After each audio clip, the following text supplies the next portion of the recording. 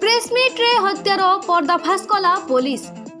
रायगड़ा जिला मुनिगुड़ा थानार एसडीपीओ श्रीमती संतोषिनी ओराम एक प्रेसमिट रे गत 2 दिन तलर हत्या घटना रे मुख्य आसामी सह तार सहयोगी को मुनिगुड़ा पुलिस गिरफ करिबारे सफल होइथिबा सूचना दैछन्ति। सूचना योग्य जे 2024 मसीहारे भातृ विवाद रे संपर्कीय भाई को हत्या घटना रे 2 जण जेल भोगुथबा बेले गत जनवरी 8 तारिख दिन तांको परिवार रो अन्य जणे भाई को एकुटिया पाई एक टांगिया रे निर्मम भावे मुख्य अभियुक्त और तार सहयोगी हत्या करथिले। आमर गत 8 तारिख दिन 8/1/2025 तारिख दिन आमर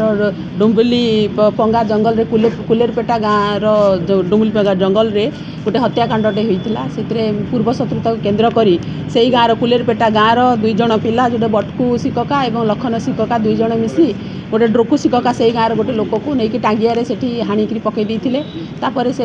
घटना से दिन ही रिपोर्ट होता तार 2 दिन पर 10 तारिख दिन सकाळे आसिकी से ड्रुकू शिककार भाई आसिकी रिपोर्ट देले। रिपोर्ट देवार केस है केस तदंत समय से मृतदेह जबत है से व्यवहृत टांगिया जबत हो मृतदेह को पोस्टमार्टम कर पोस्टमार्टम बर्तमान सरीगला आ 2 जण से आरेस्ट होती बटकू शिकका और लखन शिकका जो मैंने कि कोर्ट को फरवर्ड हेबे। यार मुख्यतः कारण हूँ 2021 मसीह जे मृतक जे वर्तमान मृतक जे ड्रुकू शिकका तार भाई लगड़ी शिकका को आमर जे वर्तमान मुख्य आसामी जे बटकू शिककार भाई एवं आउ जड़े मिसिकी हत्या करते जोटा कि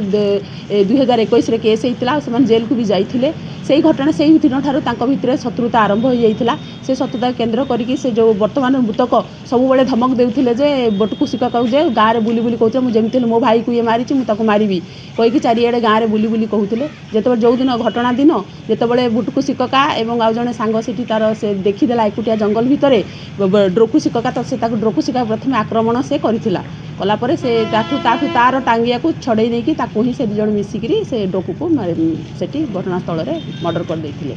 आ घटनास्थल ही टांगिया छाड़ी से जाइथिले।